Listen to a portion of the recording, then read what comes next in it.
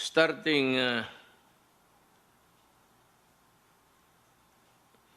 to address this crisis, I placed the entire country under a state of public health emergency.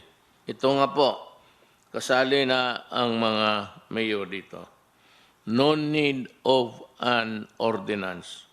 Go ahead and enforce the laws that are laid down by the national government and the laws that are already in the penal statutes, in the book, and made a pronouncement last Thursday approving the placement of the National Capital Region under community quarantine. Itong other countries, because of the sensitivity of the Filipinos, maraming kasi, hindi magkaintindihan ang task force. They wanted it more acceptable sa libro lang man, but actually in other countries, it's really a lockdown. So, dito muna tayo, paano natin mapigilan ang contagion? Kung sige kayo labas ng labas, tapos you mingle with others, makita mo naman the crowded queues that are being created by ang gustong sumakay. No. Whether you like it or not, you have to be near people. And there will be contact as a consequence. So you cannot avoid people-to-people contact, the very thing that we are not allowing because it will spread the disease. Kung maaari lang po, stay home, and for the businesses, pagka lumala ito, sa bagay, day-to-day ang conference, tignan natin, pag lumalala ito, you better close down your business. That's an order. Because you will also help in propagating the disease instead of helping. Yan ang order ko sa inyo. Starting yesterday, what has been in effect has been a general quarantine which allows the substantial freedom of movement within NCR and even allows the transit of people to and from the NCR for purposes of work and other essential services. Ngayon, pupunta ka doon sa trabaho mo, whether you like it or not, it's a working place, you are there. Pag inatsi ka, makuha ng lumilipad yung the virus. Sabi nila, yung virus, kinokorek ako. I would like to pronounce it, kasi galit ako. Sabi ko, saan itong virus na ito? So, ganoon na lang, ang tawag ko sa kanya, kasi galit ako, virus. Well, lumilipad yan everywhere, especially in cramped and not well-ventilated places. So, you run the risk of going home, giving it to your children, and then your children the next day will play with other children. We cannot really control the contagion perfectly. We want it to be perfect, but there will be the downsides. Food, yung isa. Yung isa naman yung sweldo ninyo. Kaya kung nakikiusap sa malalaking negosyo, magtulong na lang kayo at yung mga suppliers ng dito sa mga sari-sari na manggaling sa inyo, kindly help so that there is at least a economy working around. Kung if this can be done by your skeletal force. Huwag yung lahat, yung mag-assign lang kayo ng mga tao na kukunti to minimize. At least kung ilan lang ang lalabas with the social distancing, baka mapababaan natin itong delikado na sitwasyon. Isa naman, we have the DSWD under General Bautista. Siya yung mag-ikot through the barangay captains. Barangay captains, you have mabigat itong trabaho ninyo ngayon. Pareho tayo. I am not saying that you should work also. No, you are mandated to work.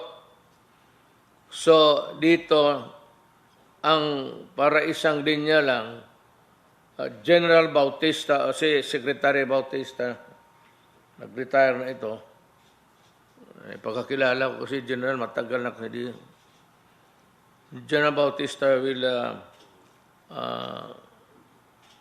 have his people go around and look for people who are hungry. And that is the job of the mayor. Kasi ikaw yung mayor ng barangay mo, ikaw ang maghanap para isang tumbok lang ang gobyerno. And we can give the help necessary. I hope that I have made myself clear on this. However, upon further study of worldwide trends and measures and the need of extreme caution during such time as this, I have come to the conclusion that stricter measures are necessary.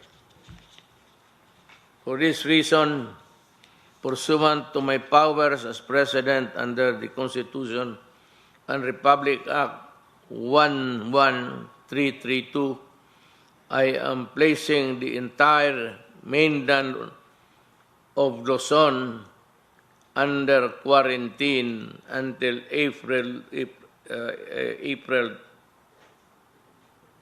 12,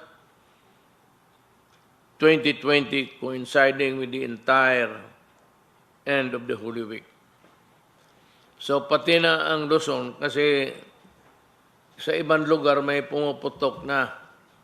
And since we do not have the luxury of time of waiting whether or not it is really true or validating that there is really such a connection or a contagion somewhere, hindi ako pwedeng I cannot go into a guessing game. See, I have to act.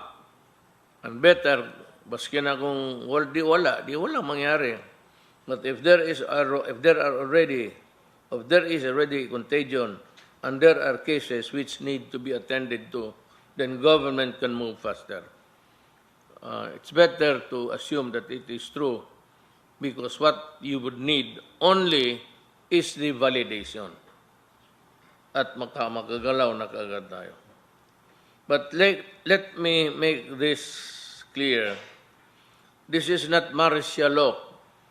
Under the Constitution, martial law is declared when there is invasion, rebellion, or public safety requires it. Alam mo itong mga ganito, when you are the freedom of movement is sometimes curtailed. Sabihin ng mga tao, martial law. This is not a martial law.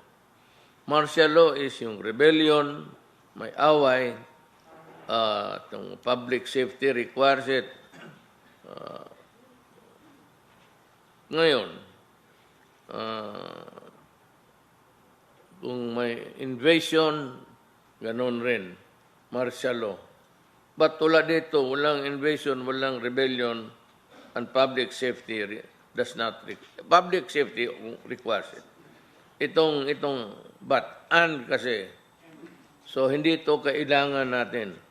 Hindi ito martial law, wag kayong matakot. Walang magdi-display ng baril diyan except yung mga member ng armed forces o police. Ang kalaban natin pag martial law ay ang mga tao na sumasalakay at naghihimagsik Pero sa panahong ito, ang kalaban natin ay tayo at ang sakit na COVID. But let us make no mistake. We are in the fight for the lives. We are at war against a vicious and invisible enemy, one that cannot be seen by the naked eye. In this extraordinary war, we are all soldiers. Lahat po tayo ay sundalo sa digmaan nito. Bata man o matanda, lalaki o babae, bawat Pilipino, anumang estado sa buhay, ay maituturing na sundalo sa digmaan na ito.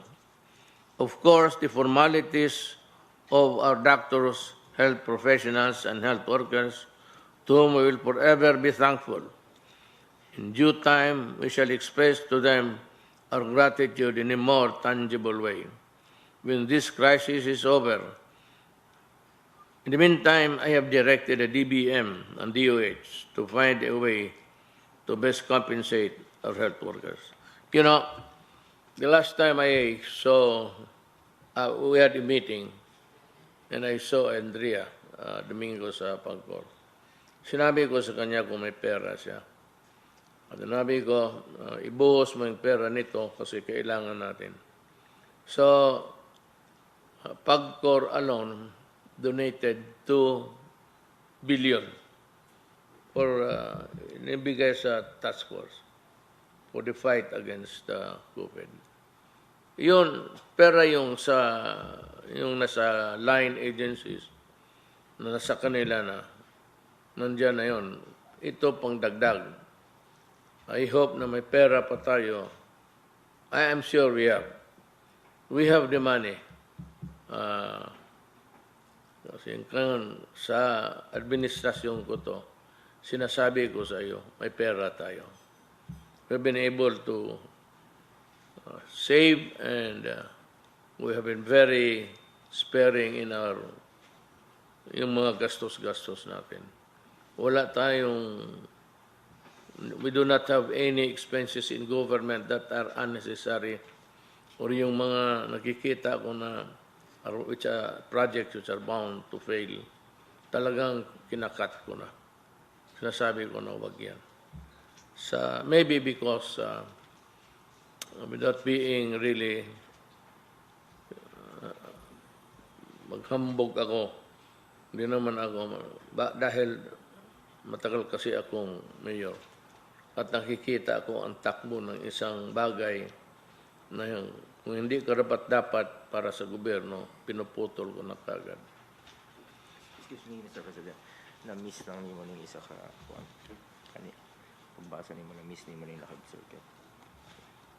Pakibasa na lang sa ulo. Wala ako dito. Yes, na.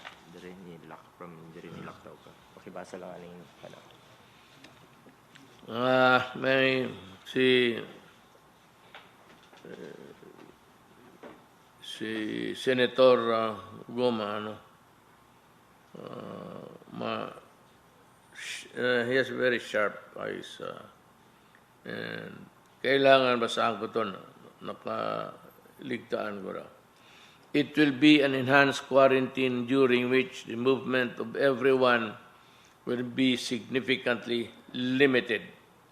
Work in public and private sectors shall be limited to a work-at-home arrangement. If such an arrangement is not feasible, kung pwede mo matrabaho ito, tingi sa bahay mo, okay. Pero kung wala na, if you have no choice, you have to stay home. You have to contribute to the fight. Lahat tayo may contribution. Ako, ikaw. Lahat tayo magbigay ng kanya-kanyang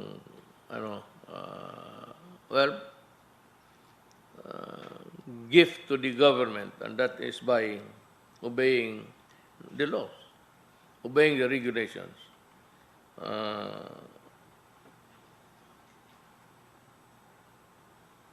Everyone will stay at home, leaving their houses only to buy food, medicine, and other basic necessary for survival in the coming days. Only such establishment will provide these basic necessities and services will be open. Do not be scared about this. Huwag kayong matakot na ganito. Pwede man kayong lumabas, isa, bili ng pagkain, and if the eateries and the mga restaurants, mga karinderya are able to operate, so by all means, well, ang dito is huwag kayong mag-isa-isa. Total yung naman luto, mantika, yan eh. Kung may mantika ka dyan na bumubula, pakibuhos na lang yung virus dyan sa putaragis na kaya. Kaya I'm not changing nalit ako sa virus na yan. My fellow Filipinos, I fully understand the apprehension that you feel, and I know that it will be difficult to many of us in the next few days while this quarantine is in effect. Huwag kayong matakot. Ako na nagsasabi sa iyo, huwag kayong matakot. At kung yung barangay captain ninyo ay tatamad-tamaran, siya ang puntahan ko. Remember, if there is a barangay captain who does not fulfill his duty in going around and trying to find out how the citizens are faring, if you are afraid to die of COVID-19, then you have no business being a barangay captain. Kami naman dito, ang military, which the coming days, sila rin, kung maglala ito, then kami, together with the rest of the military and the police, kung mamatay kami, kung pwede magdasal kayo, magdasal kayo sa amin. Pag ayaw mo rin, wag na lang. Okay lang. Yung mga kaibigan namin sa kabila, total, magkita man tayo sa impyerno balang araw. My fellow Filipinos, Resume nakabalik.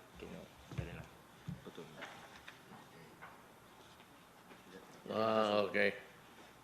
Dito na naman. This come in chapters. All we have is a responsibility to fight this disease and prevent it from spreading to our fellow men. The social distancing measures. Yung pagdistansya mo, kanina nga, pagdating ko, gusto kong makipagdamano kay Secretary Guevara. Tinanggihan niya ako. Tinago niya yung kamay niya sa dibdib niya. So, ibig sabihin, ayaw niya. Sige. Ayaw niyang mahawa. But ulitin ko baka sabihin ninyo ito para sa lahat. Ang gobyerno, ang taga-gobyerno, unahin ko na, yung na-assign dyan sa front line sa COVID, if you are there assigned, and if you feel that you are not ready to maybe have the problems of being sick, you can tell your superior. We will have, pagkawala na kasing iba, kung takot na lahat, ang papasok, ang armed forces pati ang police. Sila yung magdala. And sabi ko nga, kung mamatay sila, I would also like to join them para walang masabi ang tao. But kami lalabasin. Ako lalabas ako. You will see me. Ay lalabas ako. Hindi ako maniwala niyang kasi ako may ibang doctrine ako sa buhay. And that is kung panahon ko na. Either COVID, bala, crash, o ano man. Kung hindi ako mag-survive ng COVID, hindi ako karapat-dapat maging mayor dito sa Pilipinas. We all have a responsibility to fight this disease and prevent it from spreading to our fellow men. The social distancing measures are necessary to kill the adversary. Huwag kayo masyadong tama I congratulate Secretary Guevara for being ever conscious of the danger. Actually, it's danger. Uuwi siya sa bahay maya, tapos sa mga anak niya. So, bantay kayo kasi pag uwi ninyo, kung saan kayo na dikit-dikit yung mga pawis ninyo, yun na, pipila kayo. Kayong mga may negosyante, slow down, tone down your business, or if possible, entirely stop cessation muna sa operation. Total ilang araw na to. Kasi yung incubation is 14 days eh. So itong 14 days, malaman na natin kung ilan pa ang madagdag. Mag-ano lang kayo. Cooperate. Total para ito sa ating lahat. Our response, therefore, is to not leave any quarter of our enemy by preventing close contact. The only way to ensure this effectivity at this time is to put in effect the enhanced quarantine that I have described, to last until April 12 or earlier once we acquire further information warranting the relaxation of the measure. Titignan, kaya sabi ko everyday, nung sinabi ko everyday, sila, medyo nakasimangot, sabi ko lahat ng cabinet member, si Bilio, medyo sad face. Kasi, ewan ko kung saan siya maglakad. But the problem is, I said, bayad tayo ng tao at ipakita natin ang katrabaho tayo. So we meet every day to assess at bilang. As of today, ang patay 12 at ang yung 140 hindi tataas yan pag sumunod kayo. Wala makapitan itong si virus eh. Yawa na ito. Wala siyang makapitan. Kung magmalayo kahit a distance, mag-ubo siya, you just turn around. In the meantime, I have directed the DSWD, DOLE, DOF, and other agencies to put in place with utmost dispatch and all feasible measures that will ease the burden of the community quarantine in our country, especially those who are living on daily wages and small, medium enterprises. We shall make sure that during these trying times, all of you will feel government concern in you for your welfare. Kasi sinabi ko, huwag kayong matakot. We will devise a way that yun namang malalaki kung makatulong kayo sa mga liliit. For example, yung mga sari-sari, maubukan sila ng supply. They can go to you, maybe sign a promissory note. In the meantime, with the government as a guarantee, I will guarantee that I will pay you. Ako na nagsasabi, hindi na kailangan memorandum yan. All you have to do is to remind me. And I'm placing it as a matter of my oath of office. Kung wala, bigyan lang ninyo, yung tama lang. The usual orders. Tapos, kung hindi makabayad, ako na ang babayad. siguraduhin natin na madarama ninyo ang malasakit at pagmamahal sa inyong gobyerno sa panahong ito. Ang problema, hindi lahat nagmamahal ng gobyerno natin itong. Kaya ba mga NPA nagmamahal kayo sa gobyerno? Pag hindi tumulong kayo, distancing, at huwag ninyo muna galawin ang mga sundalo. Ano muna tayo? Yung ceasefire lang. Ceasefire muna tayo. Ako na ang naghihingi. Ceasefire. Kindly give me that. If you really want that we will be at all times on talking terms in this time of crisis, kindly cooperate and help. Mas mabuti pa tumulong muna kayo. I will repay you with a good heart in the coming days. To the private sector, I have this appeal. Magbayanihan kayo. Na kailangan, basta ang barangay captain. You know, we all have everything that you need.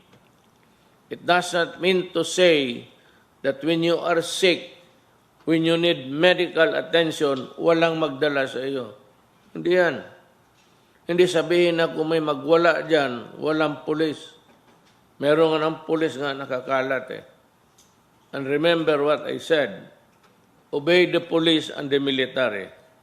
Do not quarrel with them and do not start ruckus that would amount to a violation because you will be arrested and brought to prison. Disobedience of authority, baka nagkamali ako, then acts of public disturbance. You can be arrested. Sumunod lang kayo at wala tayong problema. To the industry players, business leaders, foundation, and the like, I would like to join hands with you and combine our efforts in fighting COVID-19 as one nation, as one people. While the government is doing its best, we can more effectively contain the spread of the virus if we adopt a united approach. Maraming pwedeng maitulong ang pribadong sektor para mapagaan ang hirap ng ating kababayan sa ating bayan. Ito lang po ang pag-release ng 13-month pay kahit prorated lang. Yung i-divide mo sa mga buwan. Prorated lang, tulong na iyan ay ating mga kababayan habang naka-quarantine. Pagbigay ng moratorium on rental fees para sa mga renters and tenants. Huwag mo niyong bilangin yung araw na hindi makapagtrabaho, hindi makalabas yung ating mga kababayan. Hindi ko sinasabi batas ito. Hindi ko sinasabi regulasyon ito. But sinasabi ko, kung ikaw ay Pilipino nagmahal ng kapwa mo tao, baka, you can